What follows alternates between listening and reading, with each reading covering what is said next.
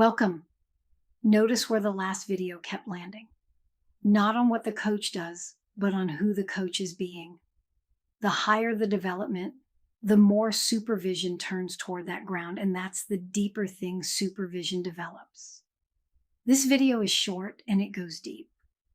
We'll separate way of being from skill cleanly, anchor it in the competency, connect it back to the use of self-work from Module 3, and look at how it actually grows.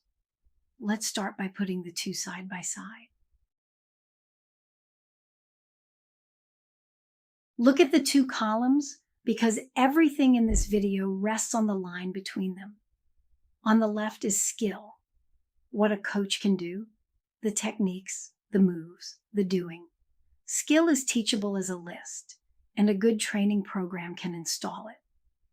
On the right is way of being, who the coach is while they do it, their presence, their stance, the quality of their attention, how they hold uncertainty and silence, and their own reactions in the room. Notice what's true here. None of way of being reduces to a technique list. You can hand a coach a clean set of skills and still not touch how they actually show up. So if skill and way of being are genuinely different, which one does the competency ask us to develop? Both on purpose. Let's read it. Read this carefully because the competency made a deliberate choice. C7, submarker 1, asks the supervisor to work with the coaching supervision client to further develop their capacity and way of being. We met those words back in 7.1.1. This is where way of being gets its own full treatment. Notice the word in capacity and way of being, two named things side by side. The competency could have stopped at capacity, at growing what a coach can do. It didn't. It named the deeper layer on purpose. So a supervisor who only sharpens skill is doing half the job, leaving the richer half untouched. The competency is asking for both, and it's asking for the harder one out loud. Now let's see where it gets even more specific, because way of being has a name in the next submarker too. Here's where way of being gets specific enough to work with. C7, submarker 4, asks the supervisor to explore how the coaching supervision client's personal values and identity influences their coaching style. Read it slowly.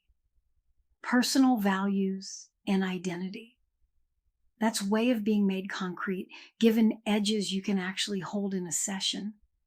A coach's deepest commitments, what they protect, what they can't help reaching for, all of it shapes how they show up long before any technique does.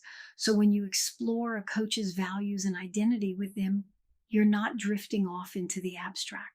You're working the very ground their presence grows from. This is the use of self-work from Module 3, brought right down to the level you can actually hold in a session.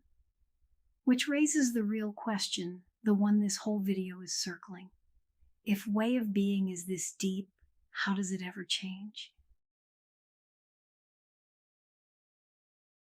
So here's how it actually changes, and it's the reason supervision exists alongside training. You don't lecture a coach into a better way of being. There's no 5-step method for being more present. It develops through reflection on real moments, through helping a coach notice their own presence, through the slow work of them meeting their own patterns. Picture a coach whose skills are objectively strong, but whose clients keep plateauing. No new technique reaches it. The work is how that coach is being with people, perhaps a way of being that keeps things safe and pleasant. Only reflection-based supervision touches that. This is the richest ground in the whole craft because it's where coaches actually transform, and it's where every one of us keeps growing long after the skills are solid. Way of being grows slowly across many conversations, which raises a real question. If development is this gradual, How do you and the coach actually see it moving? Let's build a way to track it.